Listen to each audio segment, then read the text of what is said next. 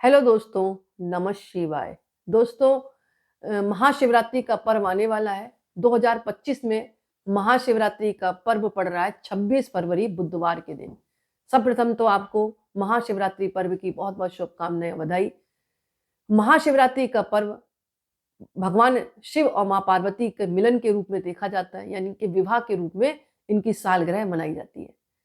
तो एक तरफ कहा जाता है कि इस दिन जो है ब्रह्मा जी ने ब्रह्मा जी के अंश से एक लिंग निकला, जो कि स्वयं लिंग के नाम से जाना गया, ऐसा माना गया है। कथाओं में मतभेद हो सकता है। तो मेन रूप से जो संसार है वो इन दो रूपों में ही महाशिवरात्रि का पर्व मनाता है। एक तो विवाह की वर्षगांठ के रूप में, भगवान शिव और माता गौरी की शादी के रूप में, और दूसरा कहा जाता है कि ब्रह्मा जी के अंश से शिवलिंग निर्माण हुआ था। इस तरह माना गया है। तो शिव पुराण में कहा गया है कि अगर आप भगवान शिव की पूजा कर रहे हैं और प्रसन्न करना चाहते हैं, क्योंकि भगवान आशुतोष हैं, जल्दी प्रसन्न हो जाते हैं, तो उनकी पूजा में आपको पंचामृत से अभिषेक जरूर करना चाहिए। और भगवान को भांग है, धतूरा है, जूही के फूल है, बेले के फूल है, रुद्राक्ष, ये सब जरूर अर्पण करना चाहिए। और शिव सहस्त्रनाम का पाठ करें हो सके तो। इसके अलावा शिव मंत्रों का जाप करें, महामृत्युंजय जप कर सकते हैं, ओम नमः शिवाय, ओम नमः शिवाय करते हुए भगवान का अभिषेक करें। तो इस तरह पूजा करनी है आपको। शिव चालीसा पढ़ सकते हैं और वहीं पर बैठकर भगवान की आरती करें, एक अखंड दीपक आप जला दें। कुल मिलाकर बात यह है कि भगवान शिव की पूजा करने जा रहे हैं आप, तो विशेषकर उनका जल से अभिषेक करें, पंचामृत से अभिषेक जरूर करें। आज मैं आपको बताऊंगी कि भगवान शिव पर कुछ चीजें चढ़ाई जाती हैं, उसका पीछे कारण क्या है। शिव पुराण में कहा गया कि भगवान शिव ही स्वयं जल हैं, और शिव पर जल चढ़ाने का महत्व भी समुद्र मंथन की कथा से जुड़ा है। अग्नि के समान विष पीने के बाद शिव भगवान जो था, उनका कंठ एकदम नीला पड़ गया था। विष की उष्णता को शांत करके शिव को शीतलता प्रदान करने के लिए समस्त देवी देवताओं ने उन्हें जल अर्पित किया। इससे भगवान शिव जो है पूजा में जल चढ़ाना चालू हो गया। कहने की बात यह है कि समुद्र मंथन जब हुआ था, उसमें से विष निकला था, भगवान शिव ने पी लिया था और उनको बहुत ज्यादा गर्मी लगने लगी थी और जहर चढ़ गया था। तो सभी देवी देवताओं ने उनकी गर्मी को शांत करने के लिए, ताकि उनकी शीतलता बनी रहे, तो जल अर्पण किया, जिससे उनकी गर्मी शांत हुई। तब से भगवान शिव को जल बहुत ज्यादा प्रिय है, इसीलिए जल से अभिषेक होता है। बेलपत्र, बेलपत्र की और भी महिमा है। भगवान के 3 नेत्रों का प्रतीक माना गया है बेलपत्र को। कहा जाता है 3 पत्तियों वाला बेलपत्र भगवान शिव को अत्यंत प्रिय है, क्योंकि भगवान के त्रिनेत्र है ना।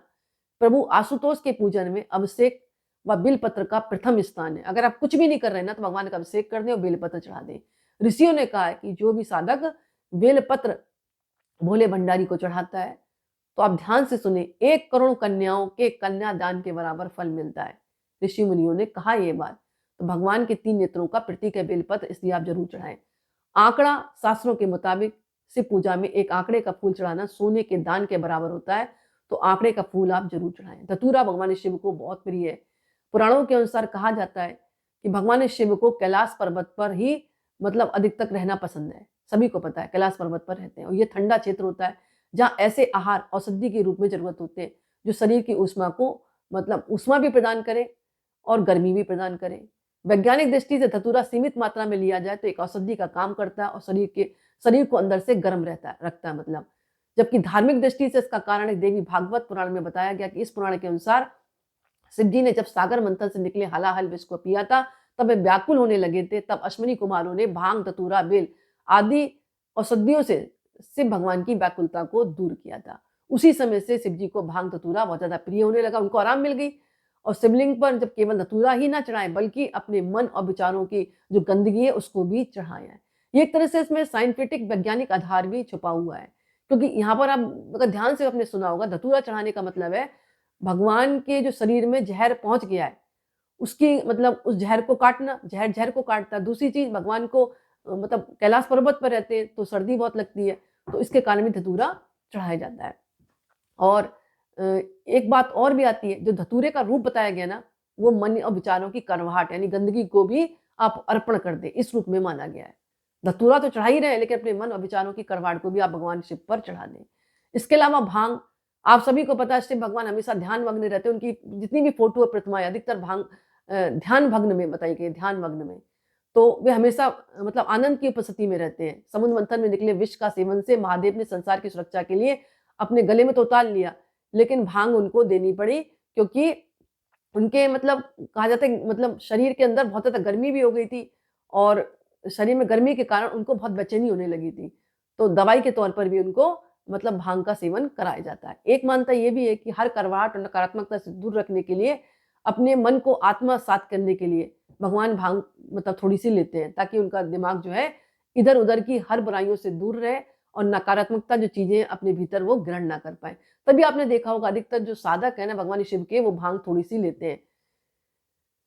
इसके अलावा कर्पूर, कपूर जो है ना भगवान को बहुत ज़्यादा प्रिय है। इसके ऊपर तो मंत्र भी आता है, कर्पूरी गौरम करुणावतारम संसार सारम भुजगेंद्रहारम सदा वसंतम हृदयारविंदे भवम भवानी सहितम नमामि।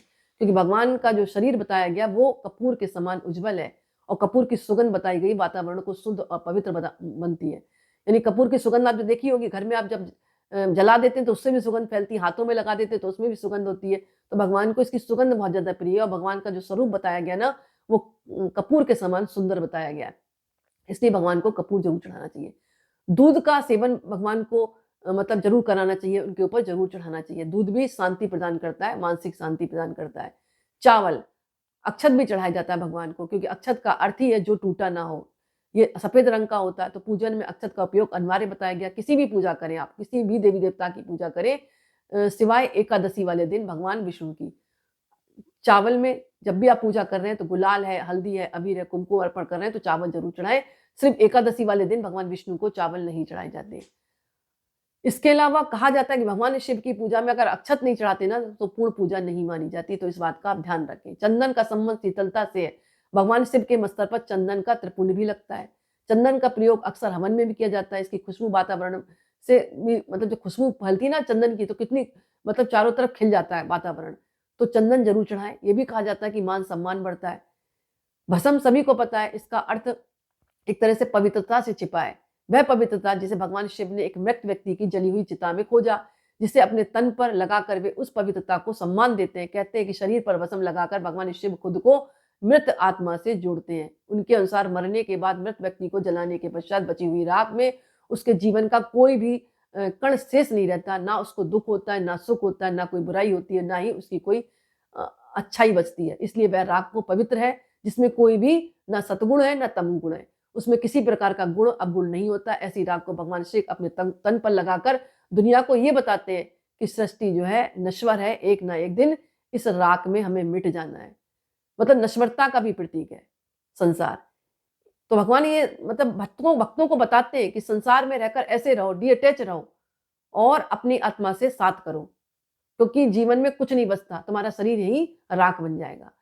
एक कथा के अनुसार ये भी कहा जाता है, पत्नी सती ने जब स्वयं अग्नि के हवाले कर दिया था तो क्रोधित शिव ने उनकी भस्म को अपनी पत्नी की आखिरी निशानी मानते हुए तन पर लगा लिया था, ताकि सती भस्म के कणों को वो हमेशा अपने साथ महसूस करें। रुद्राक्ष भी चढ़ाया जाता है। भगवान शिव ने रुद्राक्ष की उत्पत्ति की कथा के बारे में पार्वती जी से कहा कि एक समय भगवान शिव जी ने 1000 वर्ष तक समाधि लगाई। समाधि पूर्ण होने पर जब उनका मन बाहरी जगत में आया, तब जगत के कल्याण की कामना वाले महादेव ने अपनी आंखें बंद की कर रखी थी।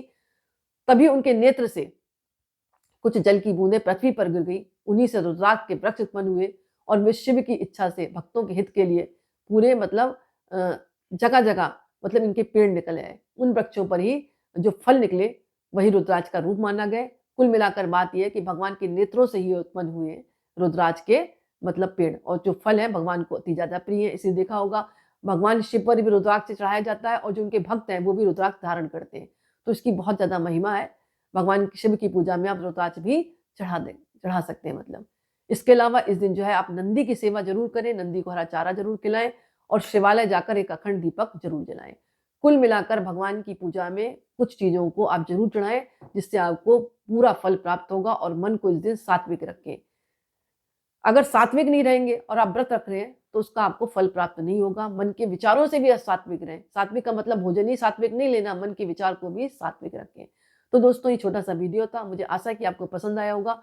पसंद आए तो लाइक करें, कमेंट्स में नमः शिवाय जरूर लिखें और आज का वीडियो मैं ही समाप्त करती हूँ। बहुत बहुत धन्यवाद।